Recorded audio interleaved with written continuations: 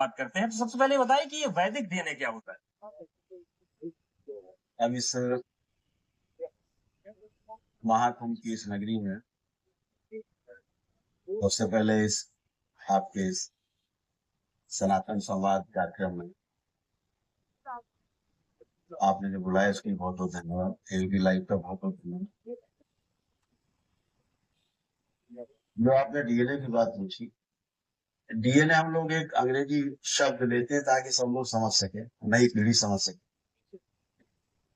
असल में गोत्र की बात करते हैं हम लोग, कुल की बात करते हैं। तो हमारा जो कुल होता है वो कुल एक बहुत बड़ा कुल होता है। कुल में चीज हो सकते हैं, ऐसे लोग हो सकते हैं जिनको हमने कभी मिले नहीं, कभी जाना नहीं, कभी देखा नहीं, लेकिन कुल में हमारे हैं। वो बहुत बड़ा कुल होता है। अगर कोई पुण्य है, कोई जैसे मान लीजिए 500 लोग हैं, अब भोजन बना है 10 लोगों का। अब अगर 10 लोगों को भोजन को 500 बांट दिया जाएगा तो सब भूखे रह जाएंगे।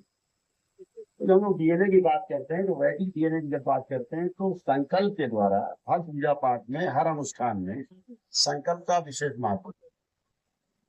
तो संकल्प के माध्यम से हम लोग अपने जो कुल को छोटा कर लेते हैं। जैसे पति पत्नी है, हमारे बच्चे हैं, माता पिता, इनको एक कुल में संकल्प करके मांगेंगे। तो जो भी फिर हम अनुष्ठान करते हैं उसका जो पुण्य है उतने में ही रहता है। फिर उस कुल के द्वारा जो बनाया गया डीएनए का ऊर्जा पथ बोलते हैं हम लोग उसको, जो भी पाप और पुण्य होगा उसी में रहेगा। अब ये बाहर जो लोग छूट गए हैं हमारे बनाए हुए डीएनए ऊर्जा पथ से बाहर, ना तो मेरे द्वारा किए गए पुण्य का फल उनको मिलेगा, ना मेरे द्वारा किए गए पाप का उनको कोई भोग भोगना पड़ेगा। अब ये उस कुल में ही रहेगा। तो जो भी अनुष्ठान करते हैं तो उस कुल में रहने के कारण तीव्रता के साथ उसके संकल्प और प्रार्थना पूर्ण होती है। इसलिए वैदिक रूप से हम लोग उसको बिल्कुल, संकल्प और प्रार्थना पर ही आते हैं। बहुत सारे लोग बड़ी संख्या में लोग आपके यहाँ पहुंचते हैं।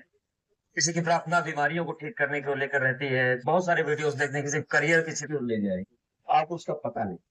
इसके लिए गुरुओं का मार्गदर्शन शुरू से अपरिहार्य रहा है। सीधे सीधे जानने की विधि, अगर आपके कुल में, आपके परिवार में रोगों की भरमार है, तमाम मानसिक और शारीरिक और आध्यात्मिक कष्ट हैं, तो इसका मतलब सीधा सीधा ये हुआ कि आप गलत ऊर्जा से जुड़े हुए। कहीं पूछने नहीं जाना है। अगर बीमारियां हैं नहीं हो रही, शारीरिक हो, मानसिक हो, आध्यात्मिक हो, कोई प्रगति नहीं हो रही, तो निश्चित रूप से आप समझ लीजिए कि आप गलत भाव की हम जीते। अब आप